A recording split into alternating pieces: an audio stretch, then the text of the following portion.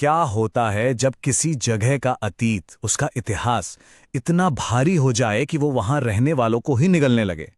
आज हम जंगल महल की दुनिया को समझने की कोशिश करेंगे। ये फिल्म देखिए सिर्फ एक भूत की कहानी नहीं है, ये एक गहरा साइकोलॉजिकल स्टडी है इस बात का कि कैसे पुराने पाप, पुराने जुल्म एक खौफनाक साया बनकर आज भी हमारे पीछे पड़ सकते हैं। अब इस कहानी के डर को अगर सच में महसूस करना है ना, तो हमें शुरुआत से शुरू नहीं करना होगा।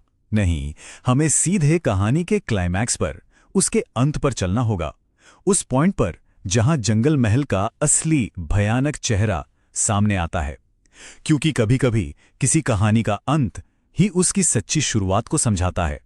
ये शब्द, ये खौफनाक शब्द एक प्रेत बाधित मारिया के मुंह से निकलते हैं और एक ही पल में सब कुछ साफ हो जाता है।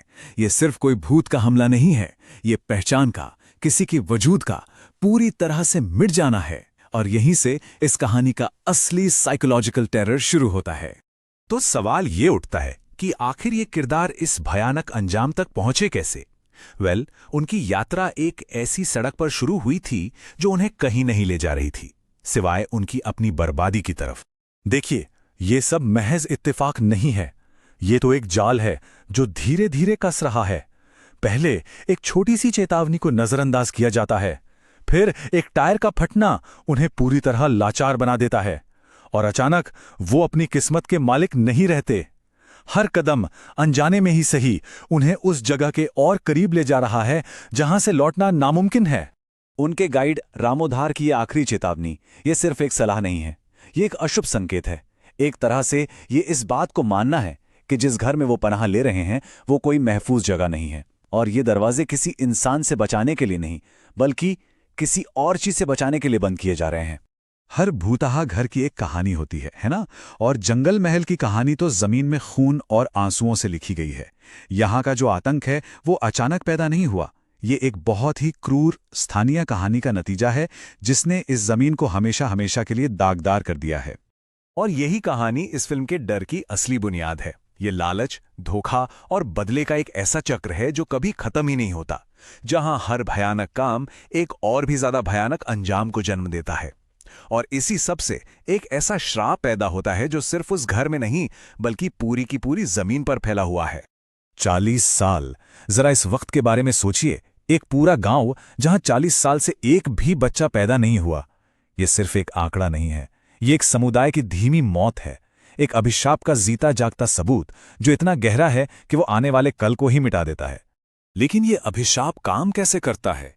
ये सिर्फ दरवाजों के खटकने या परछाइयों के दिखने तक सीमित नहीं है। नहीं, ये एक साइकोलॉजिकल हमला है जहां किरदारों का अपना मन ही जंग का मैदान बन जाता है। मारिया के लिए ये डर धीरे धीरे बढ़ता है। पहले उसे कुछ अजीब चीजें मिलती हैं, फिर वो नींद में चलने लगती है, रहस्यमयी आवाजें सुनाई देती हैं। हर घटना हकीकत पर उसकी पकड़ को थोड़ा और कमजोर कर देती है, और ये तब तक चलता है जब तक कि वो पूरी तरह टूट नहीं जाती और किसी और की आवाज में बोलने लगती है। पर सवाल यह है कि आत्मा ने मारिया को ही क्यों चुना? जवाब खुद मारिया के अंदर छिपा है। वो प्रेग्नेंट है, और यही बात उसे उस आत्मा के सदमे से जोड़ देती है जिसकी हत्या भी गर्भवती होने पर की गई थी। ये एक दर्दनाक कनेक्शन है जो इस डर को बेहद पर्सनल और गहरा बना देता है।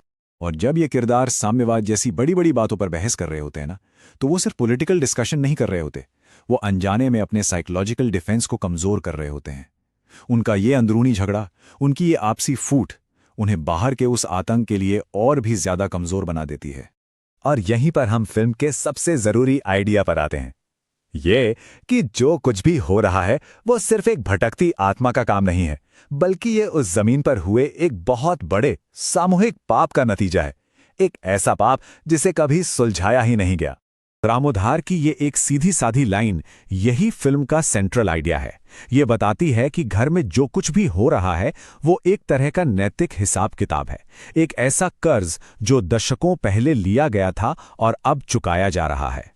ये आतंक उस पाप का फल है।